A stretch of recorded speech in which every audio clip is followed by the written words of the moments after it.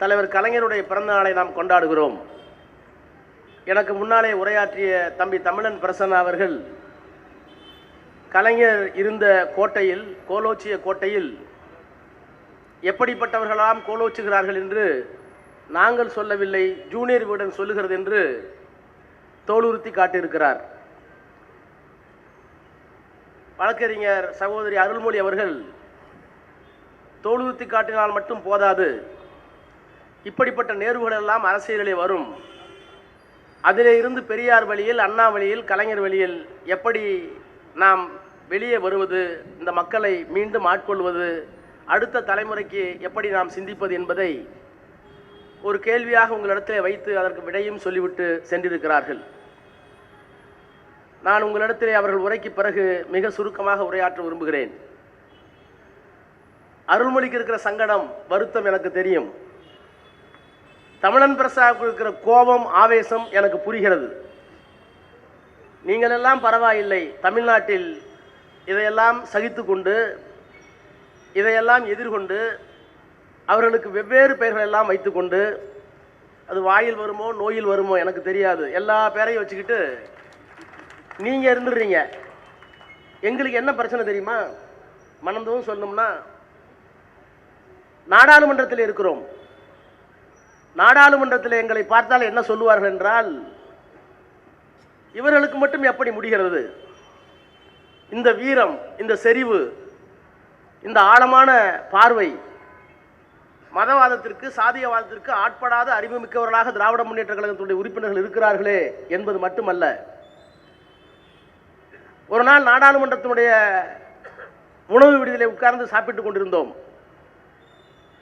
அகிலேஷ் யாதவ் வந்தார். வந்து எங்களுடைய கையை பிடித்து கொண்டு, எப்படி இதெல்லாம் உங்கள் தலைவரால் முடிகிறது, உங்கள் கட்சியால் முடிகிறது என்று கேட்டார். என்ன என்று கேட்டோம். மோடி அவர்கள் நீட் கொண்டு வந்ததற்கு பிறகு ஒரு ஆண்டுக்கு 5500 இடங்கள் இந்தியாவில் முழுக்க இருக்கிற கல்லூரிகளில், தனியார் கல்லூரி சேர்த்து சொல்றேன், அரசு கல்லூரி, தனியார் கல்லூரி, எத்தனை கல்லூரிகள் இந்தியா முழுக்க இருக்கிறதோ அந்த கல்லூரிகளில் 15% இடங்களை நீட் அடிப்படையில் ஒன்றிய அரசுடைய தொகுப்பாக நாங்கள் கொண்டு வந்து போடுவோம். தமிழ்நாட்டில் இருக்கிற எல்லா காலேஜிலும், ஸ்டான்லியா இருந்தாலும், எம்எம்சியா இருந்தாலும், தனியார் கல்லூரிகள் எதாக இருந்தாலும், ஜேபிஆர் இருந்தாலும், எல்லா எஸ்ஆர்எம்ஆ இருந்தாலும் 15% இடத்தை ஒன்றிய அரசாங்கம் நிரப்பும். அப்ப இந்தியாவில் இருக்க மொத்த காலேஜில் ஏறத்தாழ 5800 பேர் படிக்கணும் ஒரு ஆண்டுக்கு. யாரு? இங்க ராஜஸ்தான்காரர் படிப்பார், குஜராத்காரர் படிப்பார், அதே மாதிரி தமிழ்நாட்டுக்காரர் அங்க படிப்பார். தமிழ்நாட்டுக்காரர் குஜராத்துக்கு போவார், இல்லைன்னு சொல்லல. தேச ஒற்றுமைக்காக நாங்கள் வைக்கிறோம், ஒரே மாதிரி கல்வி வேண்டும் என்பதற்காக வைக்கிறோம்னு 15% இடஒதுக்கீட்டை அவர்கள் எடுத்துக்கொண்டார்கள். எடுத்துக்கிட்டோம், தப்பு இல்லை. ஆனால் எங்கே பிரச்சனை வருகிறது என்றால், அந்த 15% இடவிடத்தில் பிற்படுத்தப்பட்டவர்களுக்கு இடம் உண்டா, தாழ்த்தப்பட்டவர்களுக்கு இடம் உண்டா? 5575 சீட்டு, அதுக்கு ரிசர்வேஷன் இல்லை. யாருக்கும் தெரியல. எங்களுக்கு உத்தரப்பிரதேசில் நான் இருக்கிறேன், பீகாரில் தேஜஸ்வி இருக்கிறார், காஷ்மீரில் ஃபரூக் இருக்கிறார், ஆம் ஆத்மி டெல்லியிலே இருக்கிறது. ஆனால் எந்த முதலமைச்சருக்கும், எந்த அரசியல் கட்சி தலைவருக்கும் 15% இடஒதுக்கீடு இல்லையே. பிற்படுத்தப்பட்டவன் இந்த ஊர்ல முதலியார், கவுண்டர், நாயுடு, செட்டியார், வன்னியர், முக்குளத்தோர், அது மாதிரி அங்க இருக்க ஜாதி. இவர்களுக்கெல்லாம் இடமில்லையே என்று நாங்கள் தவித்த நேரத்தில், தெரியாத நேரத்தில், முத்துவேல் கருணாநிதி ஸ்டாலின் என்ற ஒற்றை மனிதன் உச்ச நீதிமன்றத்துடைய கதவுகளை தட்டி சமூக நீதியை நிலைநாட்டி, அதிலேயும் எங்களுக்கு இடஒதுக்கீடு வேண்டும் என்று, தமிழ்நாட்டுக்கு அல்ல, தமிழ்நாட்டுக்கு மட்டும் இல்ல, ராஜஸ்தானில், குஜராத்தில், பீகாரில், உத்தரப்பிரதேசத்தில் இருக்கிற பிற்படுத்தப்பட்டவர்களுக்கு இடஒதுக்கீடு வாங்கி தந்த தலைவனும் இயக்கமும் திராவிட முன்னேற்ற கழகம். டீலிமிட்டேஷன். அமித்ஷாவினுடைய, மோடியினுடைய கோர புத்தி என்ன செஞ்சது? தென்னாடு முழுக்க பிஜேபி பரவ முடியல, திராவிடத்தில் கால் ஊன்ற முடியவில்லை. அங்கொன்றும் இங்கொன்றுமாக சில நேரங்கள் ஹைதராபாத் வரைக்கும் போறோம். ஆனால் வடபுலத்திலே மக்கள் தொகை கணக்கெடுப்பில் நம்மளாம் 80ல் 2 குழந்தைகள்னு சொன்னோம். நாம் இருவர், நமக்கு இருவர். நாங்கள் படிக்கும்போது இப்போ என் பொண்ணு ஸ்கூல் போகும்போது நாம் இருவர், நமக்கு ஏன் மற்றொருவர் குறைச்சிட்டாங்க. நம்மெல்லாம் கரெக்டாக குறைச்சி இப்போ எனக்கு ஒரு பொண்ணு தான். ஆனால் எங்கள் அப்பா அம்மாவுக்கு நான் 8வது பிள்ளை. 8வது பிள்ளையா பிறந்த ஒருத்தனுக்கு ஒரே ஒரு பொம்பளை பிள்ளை, ஆஸ்திக்கு ஆம்பளை, ஏன் பொம்பளை ஆஸ்தி வச்சு கூடாதா? விட்டுட்டான் அதோட. ஆனா பீகார்ல இன்னும் 8 பிள்ளை 10 பிள்ளை 12 பிள்ளை வடநாட்டில். இவர் என்ன பண்றாரு? மக்கள் தொகை அடிப்படையில் நாடாளுமன்ற தொகுதிகளை நாங்கள் மாற்றுவோம். தமிழ்நாட்டுக்கு 40 இருக்கு, அது 47 ஆகும். ஆனா உத்தரப்பிரதேசத்தில் 80 இருக்கு, 140க்கு போகும். இப்படி ஏறி போனால் எந்த சட்டத்தையும், அது நீட்டாக இருந்தாலும் எந்த சட்டத்தையும் தமிழ்நாடு, கேரளா, ஆந்திரா இல்லாமல் தானாகவே அவர்கள் சட்டமேற்றக்கூடிய வலிமையை பெற்று விடுவார்கள் என்பதற்காக அதை கொண்டு வந்தார்கள். யாருக்கும் புரியல. அகிலேஷ் யாதவ் என்ன சொன்னார்? எங்களுக்கு நல்லது தானங்க, 80 140, எங்களுக்கு என்ன பிரச்சனை? அதனால தமிழ்நாட்டுக்கு தான் பாதிப்பு, நாங்கள் ஏன் சத்தம் போடணும்? ஆனால் தலைவர் கடிதம் எழுதினார், நாங்கள் பேசினோம். ஐயா, உங்களுக்கு நான் 80 140 ஆகிறது என்று சந்தோஷப்படாதீங்க. அவருடைய நோக்கம் ஒவ்வொரு மாநிலமாக மாநில கட்சிகளை ஒழித்துக் கொண்டே வருவது, எண்ணிக்கையை கூட்டுவது. கூட்டணி சேருமா அந்த கட்சி காலி, அதிமுக சேர்ந்தியா அது காலி, ஆப்பு இருந்ததா அது காலி. இப்படி ஒவ்வொரு மாநிலமாக பிராந்திய கட்சிகளை மாநில கட்சிகளை ஒழித்துவிட்டு நாடாளுமன்ற தொகுதியுடைய எண்ணிக்கையை கூட்டி இதை இந்து ராஷ்டிரம் நாங்கள் தான் ஆளுவோம் என்று சொல்லுவதற்கான சூழ்ச்சி உள்ளே இருக்கிறது என்று சொன்னவுடன், சொன்னால் நம்ப மாட்டீர்கள், திமுக தவிர யாரும் நமக்கு பிரச்சனை இல்லை அப்படின்னு அந்த சட்டத்தை கொண்டு வந்தாங்க நாடாளுமன்றத்தில். டிவியில் பார்த்துருப்பீங்க. கெஞ்சினார், கையெடுத்து கும்பிட்டார். 1 மணி நேரம் டைம் கொடுங்க, நான் மாற்றி கொடுத்துட்றேன். அகிலேஷ் யாதவ், நீங்க ஏன் ஸ்டாலினோட சேர்ந்துட்டு ஒம்புழுக்கிறீங்க? நேரா லைவ்ல போகுது. அப்படிப்பட்ட அகிலேஷ் யாதவை, வடபுலத்துக்காரர்களை, இந்த தீங்கு உங்களுக்கும் எங்களுக்கு மட்டுமல்ல, எதிர்கால தீங்கு இந்தியாவிற்கு என்று சொல்லி அதை முதலாக நாடாளுமன்றத்தில் அமித்ஷாவும் மோடியும் உட்கார்ந்து இருக்கிற போதே தோற்கடித்த இயக்கம் இந்த இயக்கம். இவ்வளவு பெரிய வலிமை உள்ள ஒரு இயக்கம். நான் இன்னும் சொல்லட்டுமா? நான் தான் அடிக்கடி சொல்லுவேன், இந்தியாவினுடைய அரசியல் சட்டம் என்ன சொல்லுதுன்னா, சுருக்கமாக சொன்னோம்னா, we the people of India having solemnly resolved to constitute India into a sovereign, secular, socialistic republic, democratic republic. இந்தியாவை நாங்கள் எப்படி வடிவமைத்திருக்கிறோம்? இது ஒரு இறையாண்மை உள்ள நாடு, இறையாண்மை உள்ள குடியரசு நாடு, இது ஒரு ஜனநாயக நாடு, இது ஒரு மதச்சார்பற்ற நாடு, இது ஒரு சமதர்ம நாடு. இந்த நாடு தான் அரசியல் சட்டத்தினுடைய அடிப்படை. அரசியல் சட்டத்தை எத்தனை முறை வேண்டுமானால் திரித்துக் கொள்ளலாம், உச்சநீதிமன்றம் சொல்லிடுச்சு. ஆனா அரசியல் சட்டத்தினுடைய அடிப்படை பண்புகள், basic structure of the constitution, இந்த நாளையும் இந்த 5ஐயும் மாற்றவே முடியாது. நான் பெருமையோடு சொல்கிறேன், இந்த 5க்கு ஆபத்து வந்த போதெல்லாம் அரசியல் சட்டத்தில் சொல்லப்பட்டிருக்கிற இறையாண்மை, அரசியல் சட்டத்தில் சொல்லப்பட்டிருக்கின்ற ஜனநாயகம், அரசியல் சட்டத்தில் சொல்லப்பட்டிருக்கிற மதச்சார்பின்மை, அரசியல் சட்டத்தில் சொல்லப்பட்டிருக்கிற சமதர்மம், சாவரின், டெமோக்ராட்டிக், செக்யூலர், சோசியலிஸ்டிக், இந்த நாளும் தான் அரசியல் சட்டத்தின் அடிப்படை பண்பு. இந்த பண்புக்கு ஊறு நேர்பட்ட ஏற்படலாம், இந்த 4 பண்புகளுக்கும் ஆபத்து வந்த போதெல்லாம் அந்த 4 பண்புகளையும் அரசியல் சட்டத்தையும் காப்பாற்றிய இயக்கம் தேசிய இயக்கம் அல்ல, வேறு எந்த மாநில கட்சியும் அல்ல, திமுக திமுக திமுக. அதுதான் இறையாண்மைக்கு ஆபத்து வந்தது. இப்ப கூட நாடாளுமன்றத்தை சொன்ன பார்த்திருப்பீங்க, நீங்க வைரலா போச்சுனாங்க. பாகிஸ்தான் படையெடுத்து வந்தது, எங்களுக்கு என்ன கவலை? திராவிட நாடு கேட்டோம், ஒரு காலத்துல தனித்தமிழ் நாடு கேட்டோம், எங்கேயோ பாகிஸ்தான் படையெடுக்கிறான், எங்களுக்கு என்ன ஆபத்து? பாதிப்பு காஷ்மீருக்கு இருக்கும், பக்கத்தில் இருக்கும் உத்தரப்பிரதேசம், தமிழ்நாட்டில் வந்து கொண்டு போடுறாங்க. இங்கதான் முஸ்லீம் எல்லாம் பாதுகாப்பா இருக்காங்களே பெரியாரால, காய் தமிழத்தால.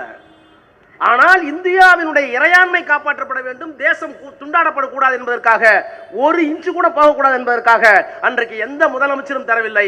6 கோடி ரூபாயை இந்திரா காந்தியிடம் அள்ளி தந்த இயக்கம் திராவிட முன்னேற்ற கழகம், கலைஞர். இது இறையாண்மைக்கு. ஜனநாயகத்திற்கு ஆபத்து வந்தது, மிஸ்ஸா கொண்டு வந்தாங்க. பேச முடியாது, எழுத முடியாது, எல்லாரும் சிறையில் இருந்தாங்க.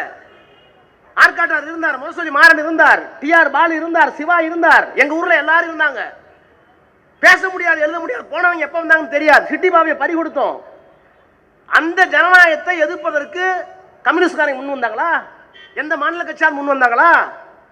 வரலையே. அதை எதிர்த்து தீர்மானம் போட்டு ஆட்சியை எதிர்த்து ஜனநாயகத்தை காப்பாற்றிய இயக்கம் இந்த இயக்கம். அரசியல் சட்டத்தில் மதச்சார்பின்மைக்கு ஆபத்து வந்து, செக்குலரிசத்துக்கு எப்ப ஆபத்து வந்துச்சு? நாங்கள் ஆட்சிக்கு வந்தால் பாபர் மசூதி இடித்து விட்டு ராமர் கோயில் கட்டுவோம். நாங்கள் ஆட்சிக்கு வந்தால் காஷ்மீருக்கு வழங்கப்பட்டிருக்கிற 370 சிறப்பு பிரிவு, காஷ்மீர்காரன் மட்டும்தான் நிலம் வாங்க முடியும்.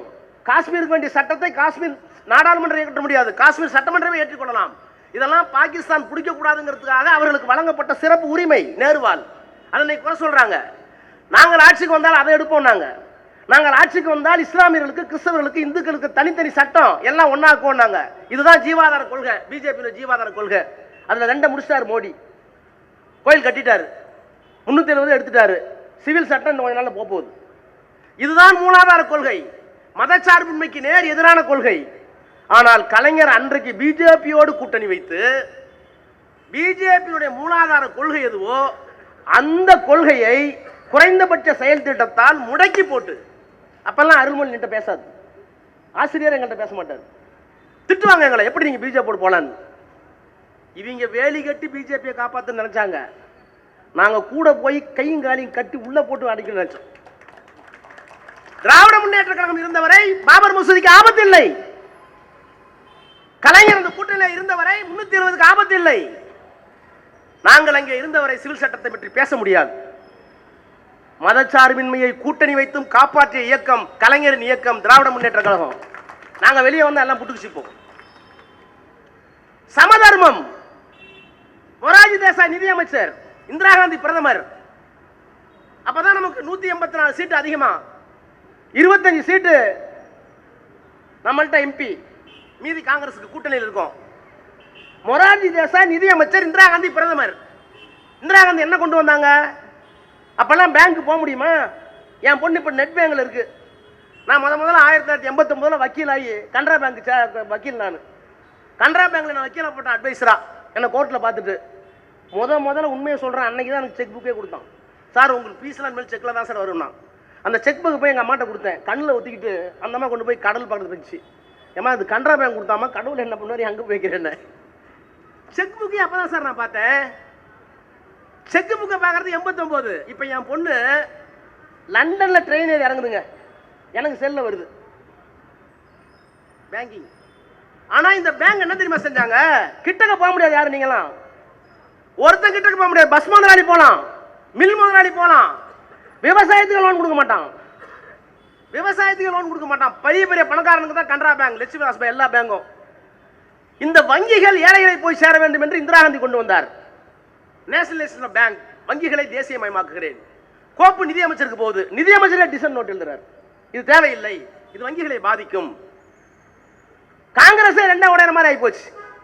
ஒரே ஒரு கடிதம் இந்திரா காந்திக்கு, நீங்கள் கொண்டு வருகிற இந்த சட்டம் ஏழை எளியவர்களுக்கு, தாழ்த்தப்பட்ட பிற்படுத்தப்பட்டவர்களுக்கு, விவசாயிகளுக்கு வங்கிகளை கொண்டு போய் சேர்க்கும். வங்கிகளால் தாழ்த்தப்பட்ட பிற்படுத்தப்பட்ட ஏழை எளிய மக்கள் பயன்பெறுவார்கள். எனவே எங்களுடைய நாடாளுமன்ற உறுப்பினர்கள் 25 பேர் உங்களுக்கு வாக்களிப்பார்கள். அந்த சட்டத்தை கொண்டு வாருங்கள் சொன்னது கலைஞர், நிறைவேற்றினது கலைஞர். சமதர்மம். இப்ப சொல்றேன், we the people of India having solemnly resolved to constitute India into a sovereign, secular, socialistic and democratic country. இந்த நாளையும் காப்பாற்றின இயக்கம் காங்கிரஸ் கூட அல்ல, அன்றைக்கு இருந்த ஜனதா கூட அல்ல, அன்றைக்கு இருந்த எந்த மாநில கட்சியும் அல்ல. அந்த இயக்கம் திராவிட முன்னேற்ற கழகம் செய்து காட்டிய தலைவன், மகத்தான தலைவன். இன்றைக்கு பிறந்த நாளை கொண்டாடுகிறோமோ அந்த கலைஞர் என்ற மகத்தான மனிதன். இவ்வளவு பெரிய இயக்கம். இந்த இயக்கத்தை இன்றைக்கு இந்தியா முழுக்க கொண்டு போய் சேர்த்தார் முத்துவேல் கருணாநிதி ஸ்டாலின். இவருடைய திட்டத்தெல்லாம் பார்த்து ஆச்சரியப்பட்டாங்க. அருள்மொழிக்கு ஒரு வருத்தம், பிரசன்னாவுக்கு ஒரு வருத்தம், கோபம். எங்களுக்கு இருக்கிற வருத்தம், இந்தியாவே நம்மளை உத்து பார்த்துச்சு, தமிழ்நாட்டை. இந்த தமிழ்நாடு இப்படி ஆயிடுச்சு. நாடாளுமன்றத்துக்கு போனா நம்மளை இப்படி பார்ப்பாங்க. ஒரு அறிவாளிகிட்ட தோத்தா பரவாயில்ல, அரசியல் ஆளுமொழி வாழ்த்து பார்த்தா பரவாயில்ல, ஒரு புத்திசாலிகிட்ட பார்த்தா பரவாயில்ல, ஒரு கொள்கையாளர்கிட்ட பார்த்தா பரவாயில்ல, உள்ளபடியா ஒரு மாற்றத்தை விரும்பினால் பரவாயில்ல. நான் எல்லா இடத்துலையும் சொல்லுவேன், எங்க தாத்தா தீண்டாமைக்காம ஏழ்மைக்காம இலங்கைக்கு ஓடினார். எங்க அப்பா ஆங்கிலம் படிச்சார், அங்கிருந்து பொருளிட்டு வந்தார், சொத்து வாங்கினார். நான் 8வது பிள்ளை. எங்க வீட்டுல எல்லாம் ஐஏஎஸ், ஐபிஎஸ், ஐபிஎஸ் எல்லாம் வந்துட்டாங்க, முனிசிபல் கமிஷனர், டாக்டர், இன்ஜினியர் எல்லாம். 8வது பையனே திராவிட முன்னேற்றத்தால், கலைஞரால், பெரியாரால், அண்ணாவால், அம்பேத்கரால் ஒன்றிய அமைச்சர் ஆயிட்டேன். என் பொண்ணு லண்டன்ல படிக்குது. அந்த பொண்ணு ஜாதின்னு என்னன்னு தெரியாது. நீ போய் சொல்லி பாரு அந்த மாட்டேன், நீ எஸ்சின்னு புஷ்னு உதவணும். தாத்தா ஓடினார், அப்பா கொஞ்சம் மாற்றம். அப்பா வந்தார், பெரிய முன்னேற்றம். ராஜாவுக்கு பின்னால் புரட்சிகர மாற்றம், என்னுடைய மகன் மயூரி. இந்த மாற்றங்களுக்கு பின்னால் யார்? இந்த இயக்கம், பெரியார், அண்ணா, கலைஞர், அம்பேத்கர். இப்ப நீ ஒரு மாற்றங்கிறிய, என்ன கிழிக்க போற? மாற்றம் என்ன கிழிக்க போறீங்கன்னு கேட்டேன். பேசி பேசியே வளர்ந்த தமிழ்நாட்டு அரசியலில் பேசாத ஒரு ஆள் முதலமைச்சர். அப்படி அப்படியே பேசினாலும் எங்க பேசணுமோ அங்க பேச மாட்டேங்கிறார். வெளியே வந்தா கை கால் இப்படி போகுது. சட்டசபைக்கு போனா என்ன ஒன்றும் புரியல. சார் பாபு உனக்கெல்லாம் ஏதோ ஒரு சொல்றேன்னு தப்பா நினைக்கிறேன், விபூதி வச்சிருக்காலும் சொல்றேன், எங்களுக்கு நம்பிக்கை இல்லை, நீ எல்லாம் ஏதோ பாவம் பண்ணிருக்கு. இந்த சட்டசபையில் போய் வந்திருக்கு பத்தியா, அப்படி ஆகிப்போச்சு, அப்படி ஆகிப்போச்சு. இப்போ ஒன்றும் கெட்டு போயில்ல. அருள்மொழி அழகா சொன்னாங்க, திராவிட முன்னேற்ற கழகம் இந்த தலைமுறைக்காக மட்டும் சிந்திக்கக்கூடிய இயக்கம் அல்ல. இன்னும் சொல்ல போனால் அவரை மாதிரி போராளி யாருங்க இருக்கா? அவரை மாதிரி போராளி யாரு இருக்கா? எத்தனை முறை ஒன்றும் இல்லை, IPKF இந்திய அமைதிப்பட போனிச்சு இலங்கைக்கு, நம்முடைய தமிழர்களை கொன்றார்கள். முதலமைச்சராக இருக்கிறார் கலைஞர். ஒன்றிய அரசாங்கம் சொல்லுது கவர்னர் எல்லாம் எல்லா முதலமைச்சரும் போய் ரிசீவ் பண்ணுங்க அந்த மாநிலத்தில். போக முடியாதுன்னார், ஆட்சியை கலப்பாங்கன்னார். கனடா என் தமிழன் செத்துட்டான், அதை போய் இந்திய ராணுவம் கொள்ளுது, அதற்காக என்னுடைய ஆட்சி போகும் என்றால் போகட்டும். சொல்ல முடியுமா? சொல்ல முடியாது. தமிழ்ச்செல்வன் ஒரு விடுதலை புலி, அவர் ஒன்றும் பண்ணல. செக்ரட்டரியேட்டில் ஒரு பேப்பர் எடுத்துட்டாராம், அது அரசாங்க பேப்பராம். அந்த அரசாங்க பேப்பரில் டைப் பண்ணிட்டாராம், எழுதிட்டாராம். அந்த 2 பேப்பரை அரசாங்க செலவில் டைப் பண்ணி விட்டார் முதலமைச்சர். விடுதலை புலிகளுக்காக அப்படி எழுதலாம், ஆட்சியை கலைக்க வேண்டும். ஜெயலலிதா ஏமா நான் நிறைய எழுதினப்பெல்லாம் நீ கம்முன்னு இருந்த, ஒரே ஒரு பேப்பர் இருந்து கலைக்கணுங்கிறிய, உனக்கு அவ்வளவு விருப்பம் இருந்தால் கலைச்சிக்கினார். ஒரு தமிழ்ச்செல்வனுக்காக இல்ல, தமிழ்ச்செல்வனுக்கு பின்னால் இருக்கிற மிகப்பெரிய தமிழ் சமுதாயம், என் உடலே ஓடுகின்ற தமிழ் ரத்தத்திற்காக சொல்லுகிறேன், என் ஆட்சியை கலைத்துக்கொள், கவலை இல்லை சொன்னவர். அவர் எவ்வளவு பெரிய போராளி, வாழ்க்கை வார்த்தை எல்லாமே. டெல்லியில இருக்கிறார், தமிழ்நாடு இல்லத்துல பிரபாகரன் இறந்து விட்டார் என்று காட்டுறாங்க டிவியில, முகத்தை காமிக்கிறாங்க. பத்திரிகையாளர் பார்க்கணும்னு வர்றாங்க. நாங்களாம் சொல்றோம் தவிர்க்கலாங்க, நான் கன்ஃபார்ம் ஆகல, அது இவர் படம் தானு தெரியல, நம்ம வருத்தமா இருக்கணும் அப்படின்னோம். பிரஸ்ஸை பார்க்க இப்ப ஓடுறீங்களே, சிஎம் சார் டெல்லிக்கு யார் வந்தாலும் கொடுப்பாங்க சார், சிஎம் டெல்லிக்கு எந்த சிஎம் வந்தாலும் பேட்டி கொடுப்பாங்க சார், மரபு சார், ஆங்கிலத்தில் legacy sir, please sir. 48 degree வெயில், 48 செல்சியஸ் வெயில், இருக்கிற சட்டை அவுத்து போட்டு பனியனோட நீ போனாங்க டெல்லியில. அந்த வெயில் ஒரு ஆள் கருப்பு ஓட்டை போட்டு ஓடுறாரு, மைக்க நீட்டுறான் ஓடுறாரு. அவ்வளவு இக்கட்டான சூழல் தமிழ்நாடு இல்லத்தில். கலைஞர் பிரஸ் நிக்கிறாங்கன்னாரு, இல்லையா கருணாநிதி பிரஸ் பார்க்கலன்னு சொல்லுவாயா, அது எனக்கு இழுக்கியா, கூப்பிடியா. பிரஸ் வந்தாங்க, பிரபாகரன் இறந்து விட்டாரா, நெடுமாறனும் வைக்கவும் இல்லை என்று சொல்கிறார்கள், அரசாங்கம் உறுதிப்படுத்தி இருக்கிறது, எது உண்மை? இறந்து விட்டாரா இல்லையா, செத்து போய் விட்டாரா இல்லையா? ஒரே வரி, போராளிக்கு சாவில்லை. போராளிக்கு சாவில்லை, கலைஞருக்கு சாவில்லை. அதனாலதான் இந்த நாள்ல நீங்கள் உரட்டணும்னு நினைக்கிறோம். நான் என்ன கேட்கிறேன், நான் எவ்வளவு அரசியல் பார்த்திருக்கேன், நீங்களும் பார்த்திருக்கீங்க. ஒரு பொய்யை இவங்களா கட்டமைச்சு அந்த பொய்க்கு ஒரு பதில் சொல்லுவாங்களா? ஒண்ணும் இல்ல, ஏன் நான் கோட்டு போடக்கூடாதா, சூட்டு போடக்கூடாதா, உன்னை யாரு போட வேணாம்னு சொன்னா? இதாவது இவராவே ஒண்ணு கற்பனை பண்ணிக்கிட்டு நான் கோட்டு போடக்கூடாதா, சூட்டு போடக்கூடாதா, யாரையா முதல்ல சொன்னா? என்னமோ சூட்டு போட்டவங்க நாங்க பொறாமையா இருக்க மாதிரியும். அதாவது ஒரு குப்பனும் சுப்பனும் படிச்சு நான் சூட்டு போட்டா கூட மாதிரியா ஒரு நியாயம் இருக்கு. ஏன்னா எங்க தாத்தா கோவணம் கட்டியிருந்தார், எங்க அப்பா இலங்கையில் குளூருக்கு போட்டிருப்பார் கோவில்ல. நான் கோட்டு போட்டா, அதான் காந்திகிட்டையும் காந்தி ஏன் கோவணம் கட்டினாரு, அம்பேத்கர் ஏன் சூட்டு போட்டாருன்னு கேட்டாங்களா, கதை சும்மா சொல்லுவாங்க.